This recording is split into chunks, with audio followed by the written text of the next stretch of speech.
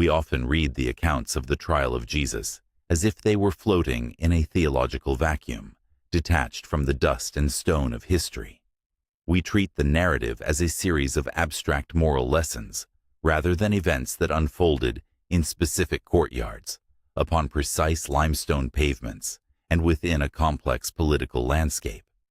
But when we look at the archaeology of first-century Jerusalem, the narrative takes on a physical weight that is both haunting and illuminating. The stones of the city do not just sit in silence. They provide a portrait of a world in tension, revealing the deep nuance of the moment when the Creator stood before the created. To understand the trial of Jesus, we must first immerse ourselves in its original context. This was not merely a legal proceeding. It was the climactic collision between two different visions for humanity and the world. On one side, we have the Roman Empire, a system built on power, taxation, and the Pax Romana, a peace maintained through the shadow of the cross. On the other, we have the covenant people of Israel, whose very existence was defined by their partnership with Yahweh, to bring flourishing and wholeness to the nations. By examining the archaeological remains of the places where Jesus stood, we can better appreciate the literary design of the Gospels and the profound symbolism of the biblical narrative. Our journey begins at the southern wall of the Temple Mount, moving toward the upper city. In the ancient world, geography was destiny. The social strata of Jerusalem were physically tiered. The closer you lived to the temple, and the higher your elevation in the upper city, the more power you wielded. Archaeology has uncovered the palatial mansions of the priestly aristocracy in this area, including what many scholars believe to be the House of Caiaphas. When we step into the excavated remains of these high priestly villas, such as the Wohl Archaeological Museum or the site of St. Peter in Gallicantu, we see a world of immense wealth and religious ritual. We find intricate mosaics, expensive Roman glassware, and, most significantly, dozens of ritual immersion baths, or mikvahot. This presents a striking nuance. The very men who were orchestrating the trial of Jesus were obsessed with ritual purity. They lived in a state of hypervigilance regarding the law, yet the biblical narrative suggests they had lost sight of the heart of the covenant. The architecture of these homes reveals an interconnected web of religious and political authority. The courtyards were large, designed for the gathering of the Sanhedrin, the ruling council of Israel.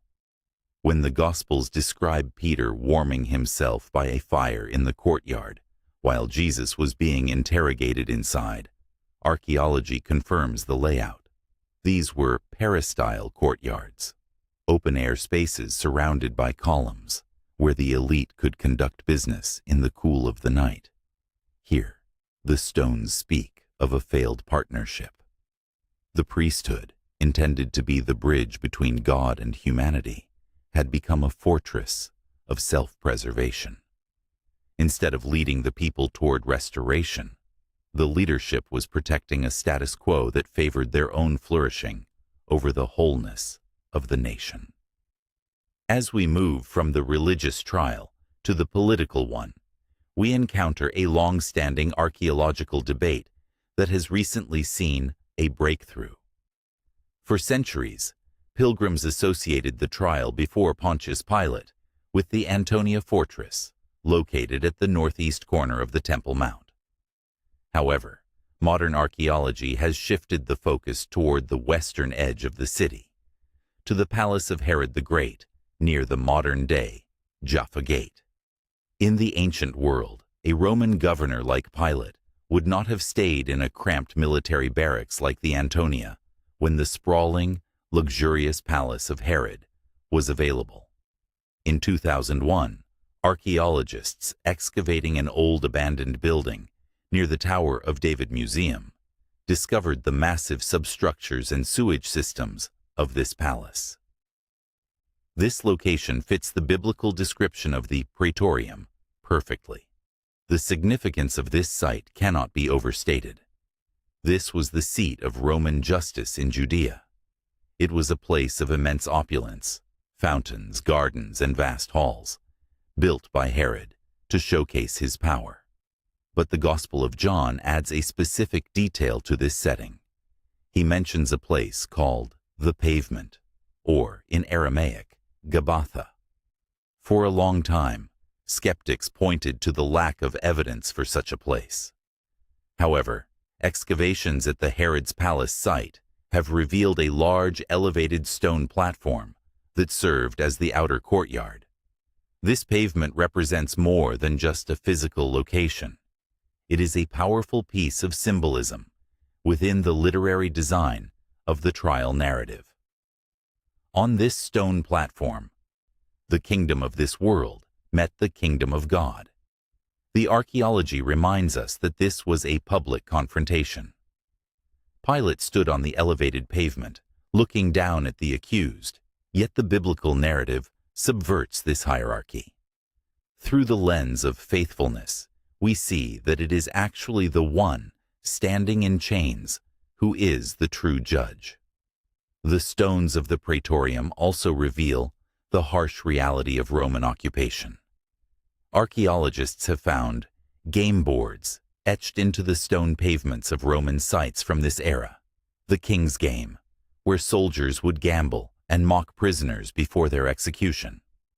This find adds a chilling layer of reality to the biblical account of the soldiers mocking Jesus, dressing him in a purple robe and crowning him with thorns. It shows us that the degradation Jesus faced was not an anomaly. It was part of the systemic dehumanization that Rome used to maintain order. In the midst of this darkness, archaeology also points us toward the concept of faithfulness. In the biblical narrative, faithfulness is not just a feeling. It is a steadfast commitment to the covenant, despite the cost. As Jesus stood on those very stones we can touch today, he was embodying the ultimate faithfulness of God to a humanity that had lost its way. The trial was the moment where the complex whole, the shalom of God, seemed most broken. The religious leaders were divided, the Roman governor was compromised, and the disciples had fled. Yet, the interconnectedness of these archaeological sites tells a larger story of restoration. The trial took place in the heart of the city, in the most prestigious locations. Because the message of Jesus was a direct challenge to the gods of that age, the gods of religious elitism and imperial might. By placing the trial in its original context, we see that Jesus wasn't just dying for sins in a general sense. He was laying down his life to confront the specific structures that prevented human flourishing and broken the covenant relationship. As we conclude this first part of our investigation, we are left standing on the stones of the upper city. We have seen the luxury of the high priest's house and the imposing shadow of the Roman Praetorium. We have looked at the ritual baths of those who condemned him and the gaming boards of those who mocked him. These physical remains remind us that the gospel is not a myth. It is a grounded, historical account of God's intervention in human history. In the ancient world, stones were used to build monuments to power. But in the biblical narrative, God uses the rejected stone to become the cornerstone of a new creation. The trial of Jesus was the beginning of the end for the old world of fragmented relationships and oppressive systems. In Part 2, we will move from the pavement of the Praetorium to the rugged landscape of the execution site and the mystery of the empty tomb. We will explore how the archaeology of the cross and the grave provides the final, undeniable testimony to the restoration of all things. For now, we reflect on the silence of the stones that witnessed the King of Glory standing in the dock, choosing the path of suffering so that we might finally know the meaning of true wholeness. We often imagine the walk to the cross as a lonely journey through a deserted wilderness, a solitary figure silhouetted against a distant horizon. But the archaeology of first-century Jerusalem reveals a much more confronting reality. The path from the Praetorium to the site of execution was not a private moment. It was a public spectacle designed by the Roman Empire to communicate a specific message of terror and submission. When we strip away the layers of medieval tradition and look at the original context of the city's layout, we find that the trial didn't just end at the palace gate. It spilled out into the crowded streets, forcing every passerby to witness the cost of defying the Pax Romana. In this final part of our investigation, we move from the stone pavements of the trial to the jagged rock of the execution site and the silent enclosure of the tomb. To understand the climax of the biblical narrative, we must define a core concept that archaeology makes visible: the boundary. In the ancient world, the line between the inside and the outside of a city was not just a matter of safety. It was a theological statement. To be cast outside the gate was to be excluded from the community, the covenant, and the protection of God. Yet, in the literary design of the Gospels, it is precisely at this boundary that the restoration of humanity begins. The search for the physical location of the crucifixion, known as Golgotha, has led scholars to two primary sites. For many, the garden tomb provides a serene and evocative setting for reflection. However, the weight of archaeological evidence points toward the site currently occupied by the Church of the Holy Sepulchre. In the 1st century, this area was a disused limestone quarry located just outside the city walls. Excavations have revealed that this quarry was also used as a garden and a cemetery during the time of Jesus. The nuance of this location is profound. By placing the execution in an old quarry, the Roman authorities were utilizing a site of discarded stone. There is a deep symbolism here that resonates with the biblical narrative. The very place where stones were cut and rejected for the building of the city becomes the site where the chief cornerstone is laid. The archaeology of the quarry tells us that Golgotha was not a remote mountain peak, but a prominent rocky outcropping near a busy thoroughfare, the Gate of Geneth. Thousands of people would have passed by, seeing the victim at eye level, a deliberate tactic to ensure that the peace of Rome was felt in the marrow of every citizen's bones. As we analyze the physical remains of first-century tombs in this area, we see a striking portrait of the burial customs of the Judean elite. Archaeology has uncovered dozens of kokim tombs, long, narrow shafts cut into the rock, as well as arcosolium tombs, which featured a recessed bench or shelf. The Gospel accounts specify that Jesus was laid in a new tomb belonging to Joseph of Arimathea. In the ancient world, a private rock-cut tomb was a luxury reserved for those of immense status. The discovery of the rolling stone enclosures, such as the one found at the Tomb of the Kings or the Herodian family tomb, provides a mechanical understanding of the biblical text. These stones were not small pebbles. They were massive disc-shaped boulders set in a track, requiring significant strength to move. This physical detail heightens the tension of the narrative. The stone was a seal of finality, a literal weight intended to keep the shattered covenant buried in the earth. But when we synthesize these archaeological finds with the whole biblical narrative, a different picture emerges. The interconnectedness of the trial stones, the quarry rock, and the garden tomb reveals a story of faithfulness. Throughout the scriptures, God's partnership with humanity is often described in terms of a temple, a place where heaven and earth meet.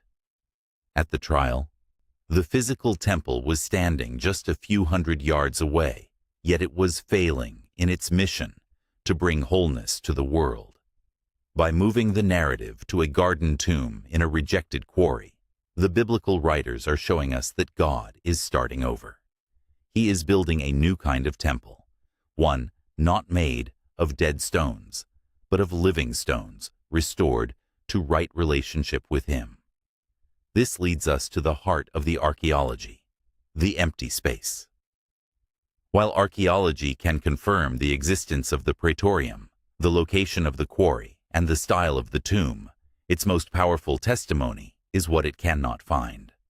The silence of the tomb is the loudest part of the archaeological record. In a world where the bones of ancestors were meticulously preserved in ossuaries, stone bone boxes, the absence of a localized cult centered on the physical remains of Jesus of Nazareth is historically significant. The restoration that Jesus inaugurated was not a return to the old ways of the upper city or the power structures of Herod's palace.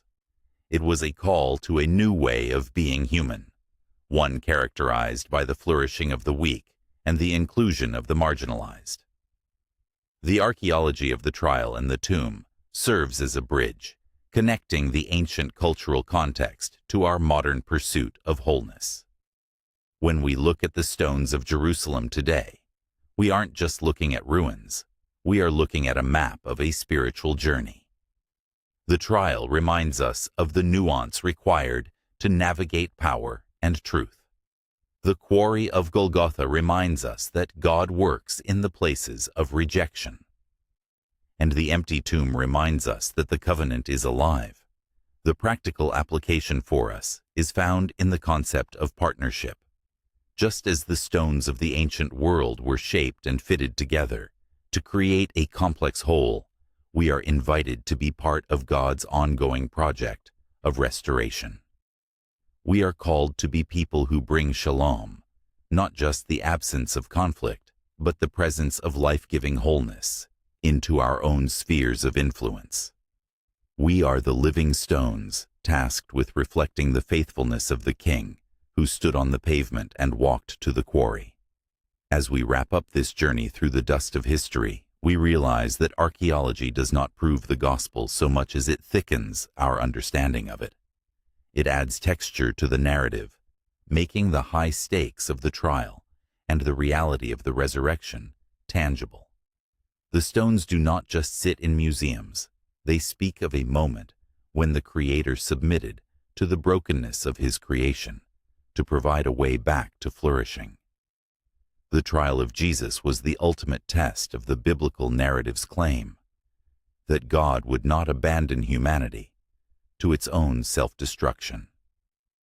The archaeology of the site confirms that the price of that commitment was paid in a real place, on a real day, upon the very limestone that still forms the foundation of Jerusalem. The stones still speak, and their message is one of enduring hope. They tell us that no matter how deep the betrayal in the courtyard, or how heavy the stone at the tomb, the story does not end in silence. It ends in the restoration of all things. A journey that began on a paved courtyard and culminated in a garden where death itself was left behind. We are invited to walk that path, to find our place in the covenant, and to live as people who know that even the cold stones of a quarry can become the foundations of a new world. The stones have had their say. Now, the narrative continues through us.